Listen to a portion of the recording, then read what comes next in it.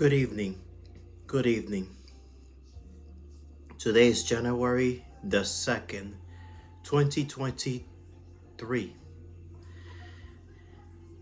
As the day gets shorter and the closing of this day, I don't want to end this day without giving honor to God first and foremost, and secondly, um, today is my very best friend. Who was my mentor, who was my father figure. He was my spiritual father, and so I want to give God. I just want to give him thanks because without him it wouldn't be possible. So when I got saved back in 1995, I I was only at the age of 15, so 14 transitioning to the age of 15, and I just met him, and so he was the first person to run to me, and ask me what's my name, and how does it feel, because I was a teenager back then, and so I just felt extremely great sense of relief that has taken place, and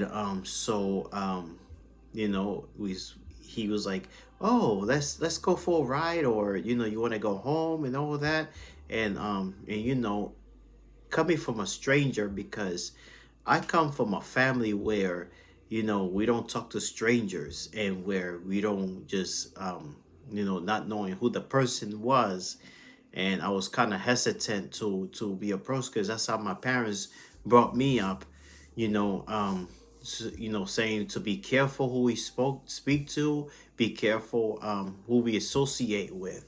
So it was he seems to be a stand-up person, was very mature, and I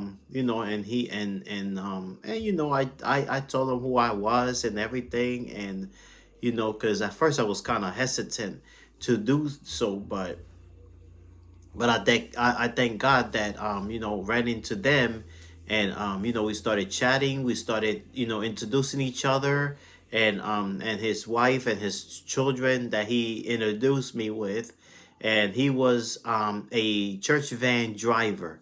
He was a chauffeur. He was a person that would pick members up, or and drop them off in their homes. So he told me to sit up front. And I'm like, sit in the front.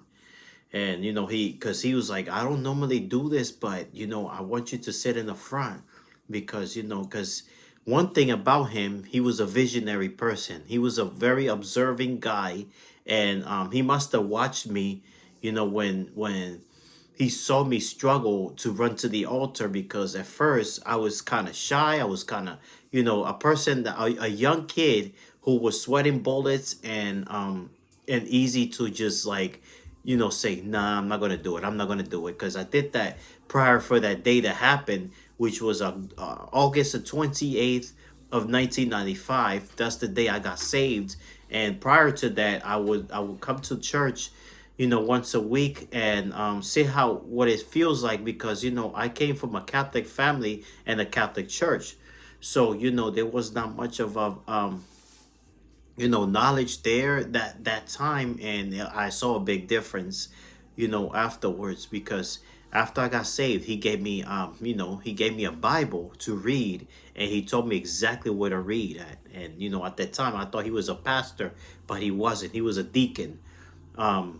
His name is Manuel Gonzalez, and we started talking. He started going over the scriptures and giving me the ropes and what to read, and he'll come back and ask me some questions, and just to see where I'm at, and if I have any questions or concern, I'll be able to give it to him. So I will go and hang out with him. He would take me to hospitals and pray for people. He would take me to evangelism, like, in the streets, and give out tracts. And I didn't have no clue what he was doing at that time. All he asked me to do is accompany him and just be with him. And and I felt really good. I felt good with this man. And and he told me one day, he started telling me, oh, I don't know about you, but I don't know if anybody told you about this, but you have a very bright heart, and I like what you have. You look like you've been through a lot of pain, but because I never told him exactly what my background looked like. I never told him about my rough upbringing and all that, the whole nine. So until I guess God revealed to him what I already have and who I am already. And he was a visionary person and everything. And he told me that, he started talking to me, giving me counsels and giving me the whole nine. I'll pick you up. Don't let nobody else pick you up, but I'll pick you up and I'll bring you here and I will teach you everything you need to know. And I'm like, okay, telling me to read Matthew, Mark, Luke, and John, the four gospels in the Bible. And so, I started learning some stuff. And then if I have any questions, I'll go to him and tell me exactly what it means. And so one day I remember sitting in the car with him, and he was like, you know what? He used to call me Alex back then because that was and he would say, Alex, I don't know, but you have. It's like every time I look at you, you take me back into the time I was young. And I was like, I got a question for you. Do you have anybody at home that's making you feel miserable? Do you have anybody that you just feel so lonely and do you have anything that's going on right now? And I busted out crying. And I was like, yes. And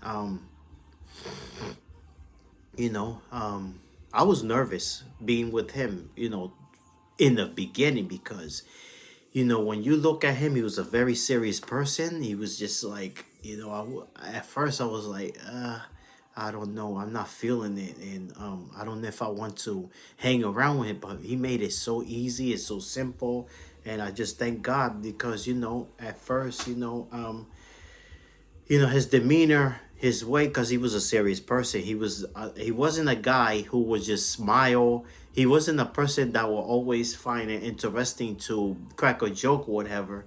And until because at that time,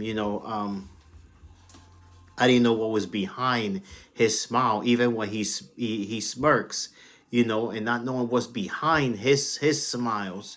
And so and I just love I just love being around him. And he told me one day, I was like, you know what, I want to adopt as a child. You might like my son.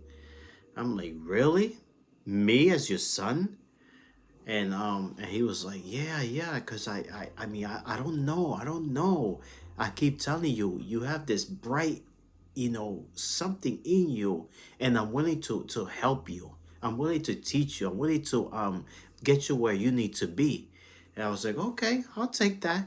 So going fast forward, couple of years, and we would go out, and one day he was like, you know what, Alex, I love when you're around because you make a difference to me. I don't know what it is, but I'm glad that you're like my son, because every time I look at you, hang out with you, it's like you have this peace in you. I was like, really? How? And so anyway, so back in 2000,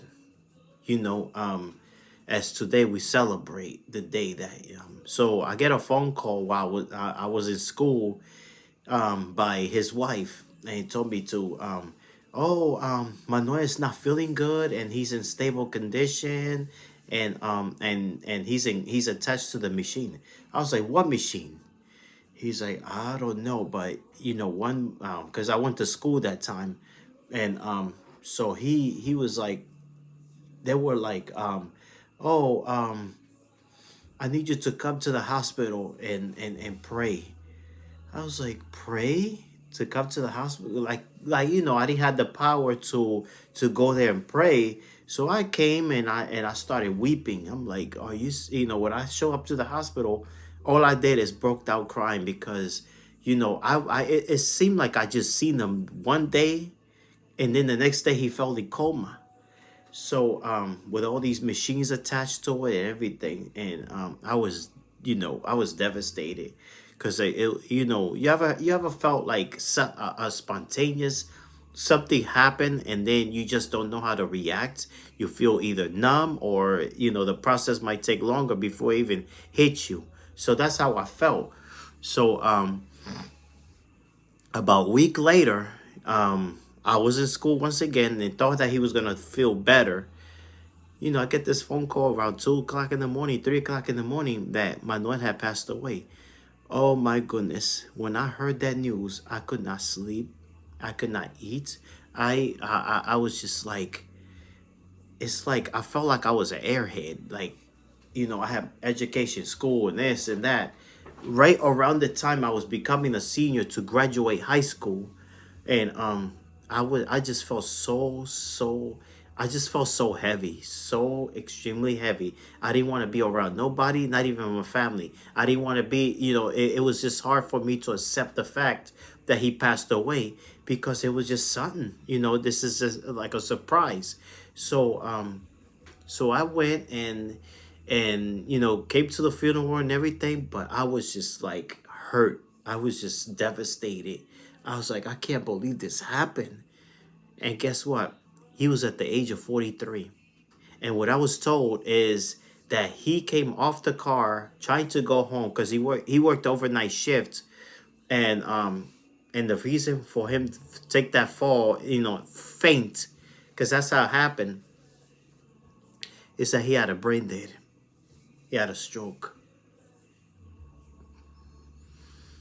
And for the time I knew Manuel, he was a person that would put himself last and worry about people and making and be a blessing to anyone that is poor, because that's what he loved doing, either that or deliver the word to a lost soul. So that is the man that I have known of him, is that he was such a humble person. His spirit is just overwhelming, and the fact that what I am today is what I picked up from him.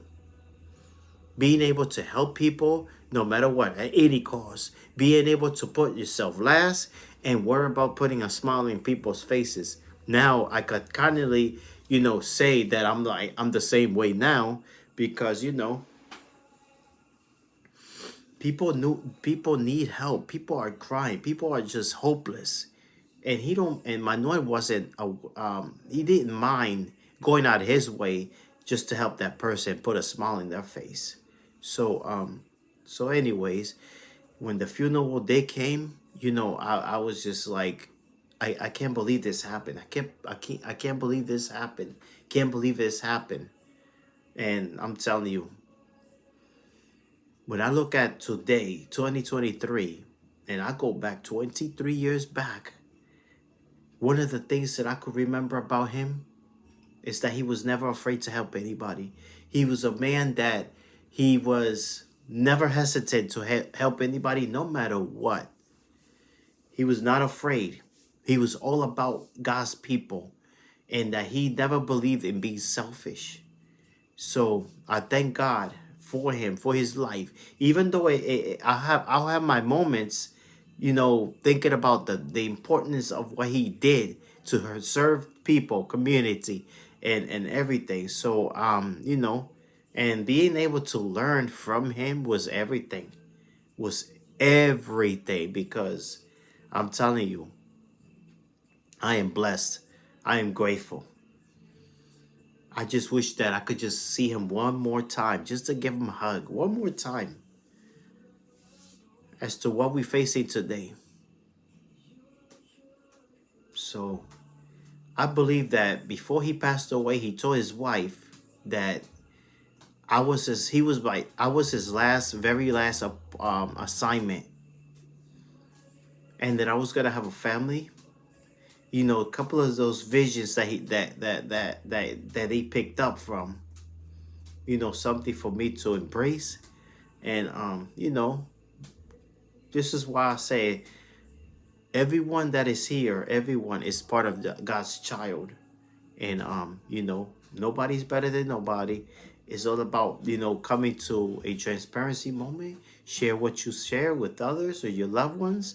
And you know, that we don't even have to suffer. So